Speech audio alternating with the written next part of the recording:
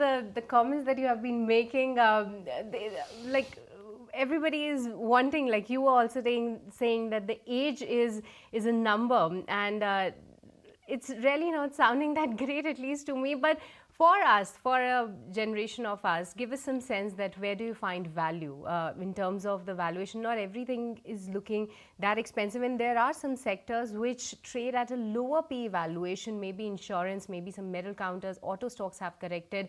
Any such pocket that is looking good at this point in time, giving that comfort, or you believe that even there the valuations are a bit stretched? No, I think, selectively, you're right. Absolutely, seriously, there are companies which are growing well and they're going well. But you asked the question that what are the sectors in India which quoted low Ps? And I'll tell you the sectors. Look at a cotton yarn. Lowest P, it's a globally largest company, quotes at a historically low P, phenomenal cash generation. Nobody wants to buy the stock. If you look at the paper industry, it's the same story out there. Nobody wants to buy those stocks. They're orphan stocks, absolutely. Good profits, good cash, but nobody wants to buy. It remained low P, it's been low P, have been low P forever. So if you look at sugar industry, it's the same story. It's a low P industry. So I'm not necessarily saying low P is what one should look at.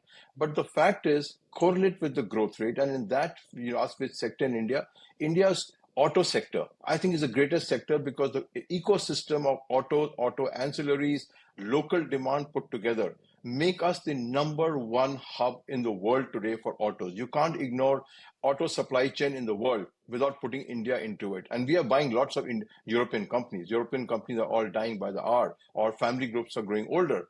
So auto as a one segment, I would say certainly auto and engineering, India is going to be the biggest strength in the next 5 to 10 years. And you got good companies there, select companies there. Some are cheap, some are expensive. But this is one sector you can bank upon that they will achieve global dominance, if not already done so. Whether it's an end user, two-wheeler industry, or auto ancillaries, they are phenomenal. This infrastructure ecosystem cannot be recreated by any country in the world, and so is the engineering sector. So I think there is a great demand, great focus. But as you always say, an Indian investor loves to buy what sells in India. It's done well for itself.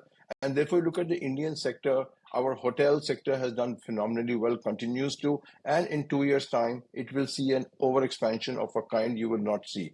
So if you're buying hotel, you got to be careful. You exit in a year's time because suddenly there'll be some 3,000 hotels coming into the picture at that point of time.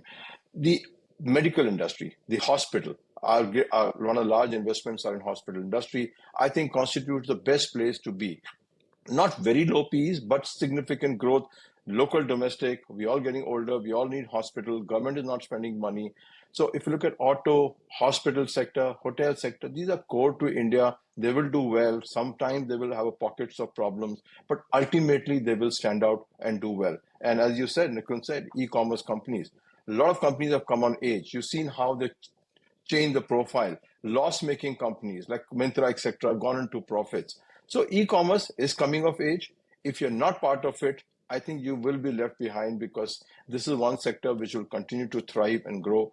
Now, valuation concern, yes, but you can't ignore them at this point of time. That's the way the world will interact.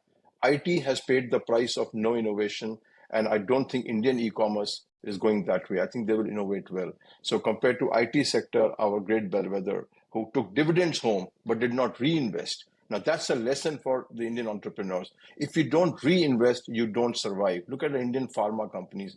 They're struggling today because they did not reinvest sufficiently. They're trying to do now, but they're doing it. But reinvestment is the name of the game. E-commerce is innovating. So I think you got various sectors you can bank upon and see a good return from capital. But traditional sectors are not the ones who are going to give you the returns. And that's the change of paradigm.